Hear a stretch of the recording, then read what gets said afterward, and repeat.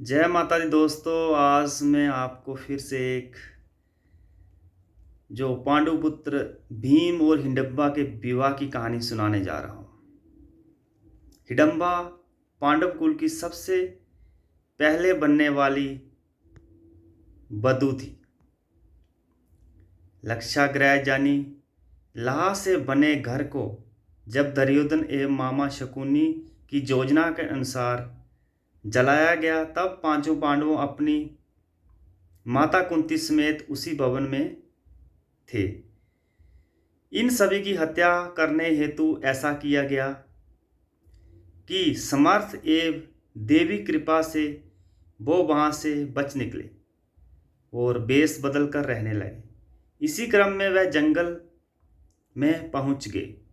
रात अंधेरी थी और जंगल घना था। जमीन पर बड़े बड़े झाड़ उगे थे, जिसके कारण चलना मुश्किल हो गया। तब धर्मराज युधिष्ठिर ने कहा, भीम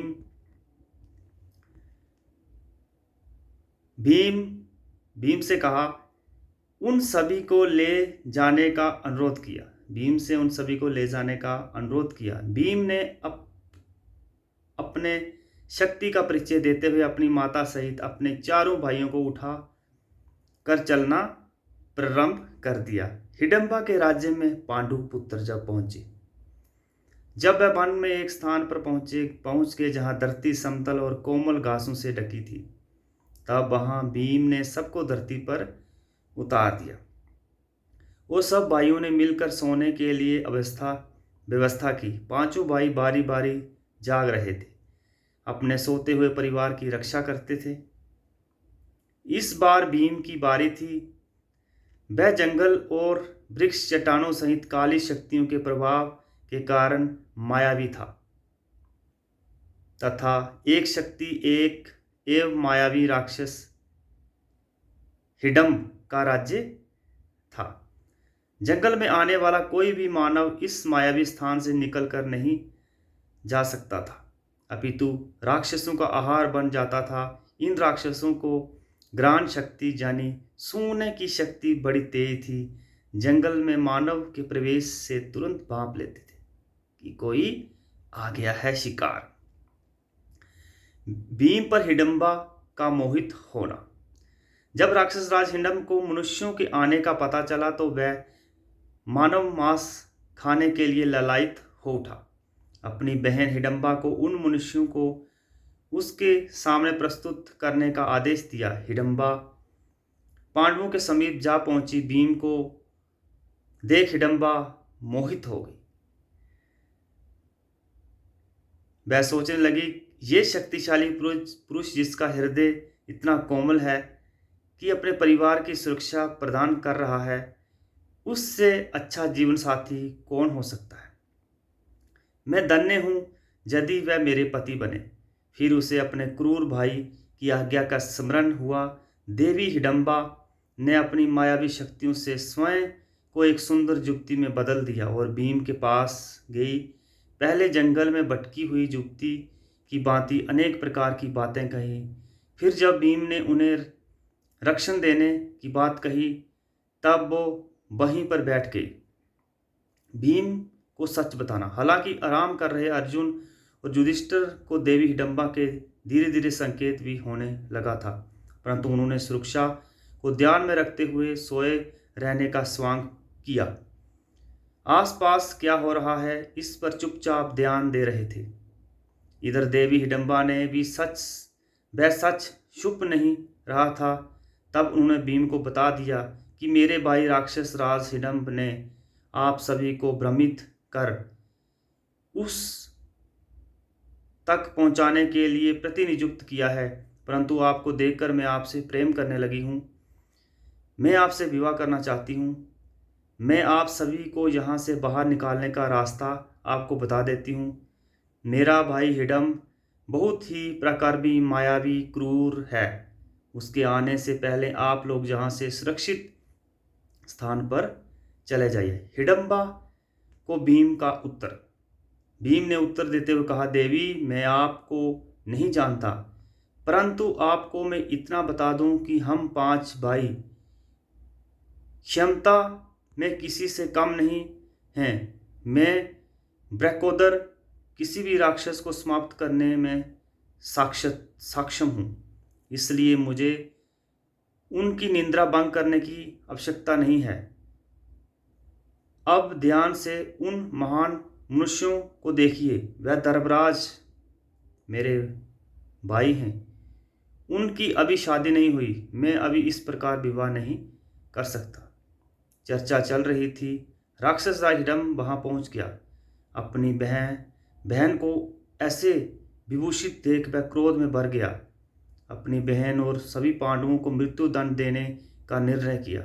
दूर से ही अपने भाई के घातक रूप को देख देवी हिडम्बा भयभीत हो गई और भीम को अपने परिवार को जगाकर सुरक्षित स्थान पर ले भागने को कहा, परंतु वह कह भी किससे रही थी? महाबली भीम से, जिन्हें राक्षसों और जानवरों से लड़ना पसंद था।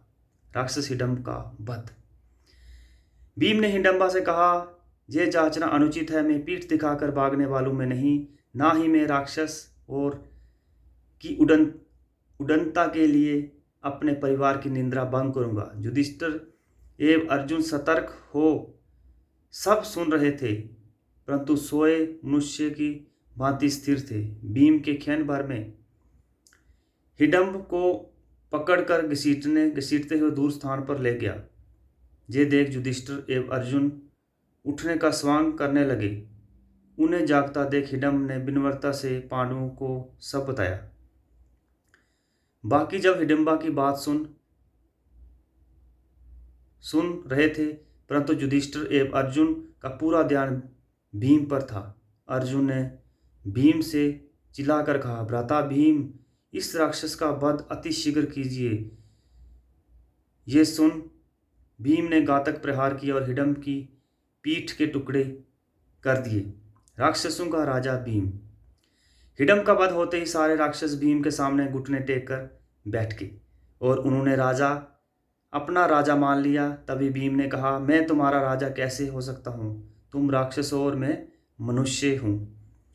तब उनके मंत्री ने कहा, हे राजन, हमारे यहाँ परंपरा है कि जो हमारे राजा को मारता है वही अगला राजा बनता है। एक शक्तिशाली राजा ही अपनी प्रजा को सुरक्षा प्रदान कर सकता है, और प्रभु, आप तो राक्षस राज हिडम्ब के भी अत्यधिक शक्तिशाली हैं। ये सुनकर भीम ने कहा, परंतु मैं आपको राजा नहीं बन सकता। तब फिर हाथ जोड़कर उनके मंत्री ने कहा, राजन, ऐसा ना कहें, बिना राजा के प्रजा अनाथ हो जाती है, जंगल राज हो जाता है। इन सब बातों को सुनकर धर्मराज युधिष्ठिर ने विचार करते हुए हेतु समय मांगा। शादी के लिए हिडम्ब तथा कुंती से निवेदन। तभी वहां देवी हिडम्बा आकर पांडु पुत्र भीम से कहती है, हे राजन, कृपया कर मेरे प्रेम को स्वीकार कीजिए, मुझे अपनी पत्नी बनने का सौभाग्य दें। इस पर भीम ने कहा, ऐसा कैसे हो सकता है? तुम राक्षस कुल की हो और मैं मनुष्य हूँ। मेरे समाज में ऐसा तुम्हें वांछित स्थान मिल पाएगा? ये देवी हिडम्बा ने कहा, मुझे आपके समाज की स्वीकृति की इच्छा नहीं, अपितु आपकी स्वीकृति की इच्छा है। आप जहाँ का राजा बन मुझसे विवाह कर 1 वर्ष के साथ मेरे साथ रहें और मुझे पुत्र रत्न की प्राप्ति हो जाएगी। आप यहाँ से प्रस्थान कर सकते हैं। हम मायावी जाति के हैं। मेरा पुत्र जन्म से ही कुछ समय बाद ही युवावस्था को प्राप्त हो जाएगा। तब आप अपने स्थान प्रस्थान कर सकते हैं, मैं आपको नहीं रोकूंगी। मेरे पुत्र के रूप में इस कबीले के लिए राजा मिल जाएगा। फिर रोते हुए माता कुंती के चरणों में गिर गई। और माता, इस स्थिति में प्रेम की पीड़ा तो आप समझ सकती हैं। मुझे आपकी पुत्र वधू स्वीकार कर लीजिए माता। हिडम्बा और भीम की शादी। 1 वर्ष की तो बात है, मेरा भी कल्याण हो जाएगा और इस कबीले का भी। माता कुंती देवी हिडम्बा से कहा, हे प्रभु, हे पुत्री, तुम्हारी बातें तो धर्म संगत लगती हैं, मुझे विचार करने का समय दो। फिर चर्चाओं के उपरांत माता कुंती सहित सभी पांडवों ने इस बात पर सहमत हो गए और इस राजा प्रजा के लिए अनाथ करके जाना धर्म संगत नहीं है। फिर भीम ने कबीले का राजा होना स्वीकार किया। देवी हिडम्बा ने हिडम्बा से विवाह किया और उनका एक पुत्र हुआ महाबली घटोत्कच, जिसकी कहानी आप जानते हैं, वो आपको आगे बताई जाएगी। मायावी राक्षस होने के कारण जन्म से ही उपरांत घटोत्कच जुआ हो गए और अपने पिता भीम और पितामही देवी कुंती सहित अपने सभी काकाओं को दंडवत प्रणाम किया और उन्हें वचन दिया कि जब भी पांडवों को उनकी आवश्यकता होगी वह केवल स्मरण मात्र से ही उपस्थित हो जाएंगी। देवी हिडम्बा ने भी अपने वचन के अनुसार अपने पति भीम और उनके भाइयों तथा उनकी माता कुंती को विदा किया। तो दोस्तों, ये बहुत ही प्यारी सी कहानी थी। आप सभी धार्मिक लोग हैं, आप सभी मेरी तरह पूजा पाठ करते होंगे, तो आपको बताना जी आपको कहानी कैसी लगी। जय माता दी, जय हो, जय श्री राम।